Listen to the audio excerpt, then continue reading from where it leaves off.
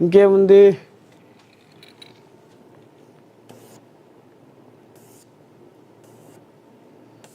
ఇగో ఈ కోళ్ళాగా వచ్చింది ఇప్పుడు. ఏముంది మన ఈటెల బీసీలకు రాజ్యాధికారం రావాలి. ఇక ఈయన అదే పాట పాడుతుంది.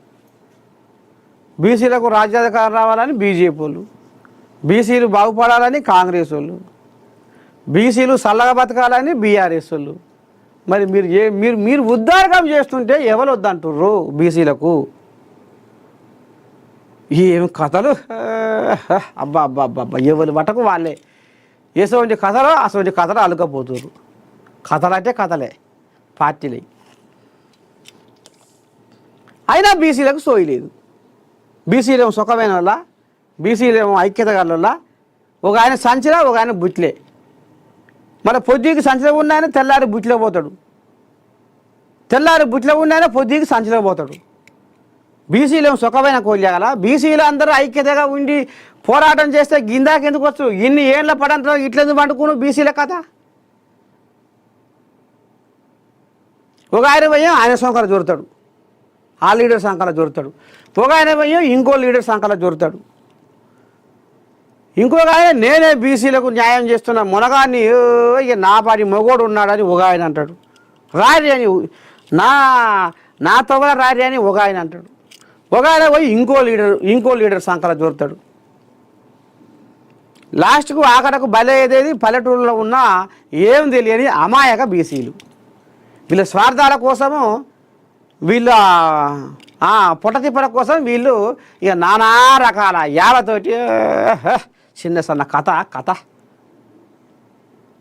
ఇప్పుడు ఈటెల ఏమంటున్నారో చూద్దాం. ఈటెల ప్రత్యేక తెలంగాణ రాష్ట్రం ఎలా సాధ్యమైందో ప్రతి బీసీ ఇంట్లో సాధించాలనే తపన ఉందని, బీసీ రాజ్యాధికారం కూడా సాధ్యమవుతుందని ఎంపీ ఈటెల రాజేందర్ ధీమా వ్యక్తం చేశారు.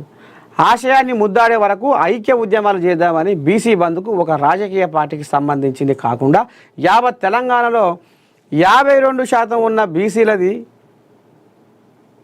బీసీల రాజ్యం కావాలన్నారు. శనివారం జేబీఎస్ వద్ద జరిగిన బంద్లో పాల్గొని మాట్లాడుతూ స్వతంత్రం వచ్చి 70 ఏళ్ళు గడిచిన ఒక్క బీసీ ముఖ్యమంత్రి కాలేకపోయారని, మంత్రివర్గంలో కూడా సముచిత స్థానం లేదని, ఏ పార్టీ పాలించినా బీసీలకు మంత్రి పదవులు ఇవ్వలేదని మండిపడ్డారు. ఈ వర్గాలు రాజకీయంగా, సామాజికంగా, ఆర్థికంగా, విద్యాపరంగా నష్టపోతున్నారని అనేక పార్టీలు మాట్లాడి మేనిఫెస్టోలు పెట్టారు. కానీ చాలా సమస్యల పరిష్కారం జరగలేదన్నారు. తెలిసి కూడా మోసం చేయవద్దని, డ్రామాలు ఆడవద్దని, బీసీల ఆత్మగౌరవంతో చెలగాటం ఆడవద్దని చాలామంది మేధావులు ఈ ప్రభుత్వానికి చెప్పారని గుర్తు చేశారు. మరి ఈ ప్రభుత్వాన్ని చెప్పారంటే ఈ ప్రభుత్వ పనులు కూడా రోడ్ల మీకే వచ్చారు కదా. మీకైనా ఉంది తాళం చేయి. గవర్నరు ఆర్డినెన్స్లు కథలు నియర్ అవుతుంది. అటు పార్లమెంటులో అది బీసీ బిల్లు కథలు నియర్ అవుతుంది. పగ్గాలు పట్టుకొని ఈ ముగుదాలు ఇట్లా పట్టుకుంటేవి, ఆడ పగ్గం అట్లా పట్టుకుంటేవి. ఈ చేతనేమో ఆర్డినెన్స్ కథ, ఆ చేతనేమో పార్లమెంట్లో బీసీ బిల్లు కథ.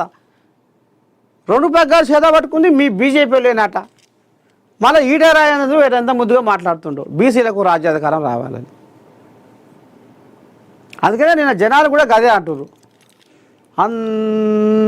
అందరే దొందే, వాళ్ళ స్వార్థాల కోసము, ఓట్ల కోసము వాళ్ళు ఆడుతున్న నాటకాలు, వాళ్ళు ఆడుతున్న డ్రామాలు జనాలకు కూడా ఎరికైంది. అందుకనే నేను నిన్న తెలివికాల ఉపాయం చేసిన. నాయకుల కాడికి పోలే. ఇక నాయకుల కాడికి పోతే వాళ్ళ పాట వాళ్ళే పడతారు. అందుకనే నేనేం చేసిన, జనాలలో పోయినా.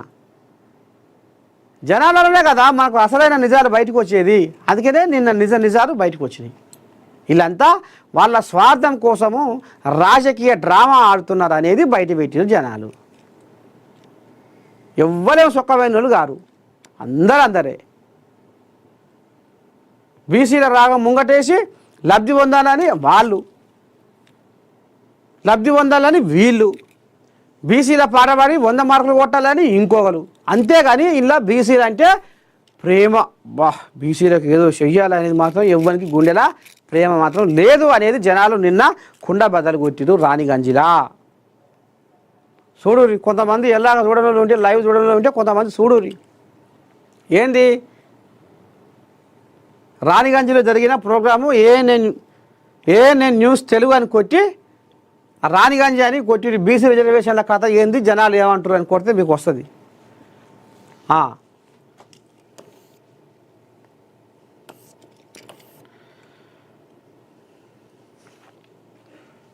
ఇగో ఇగో ఈ ఇల్లు ఏంది కథ.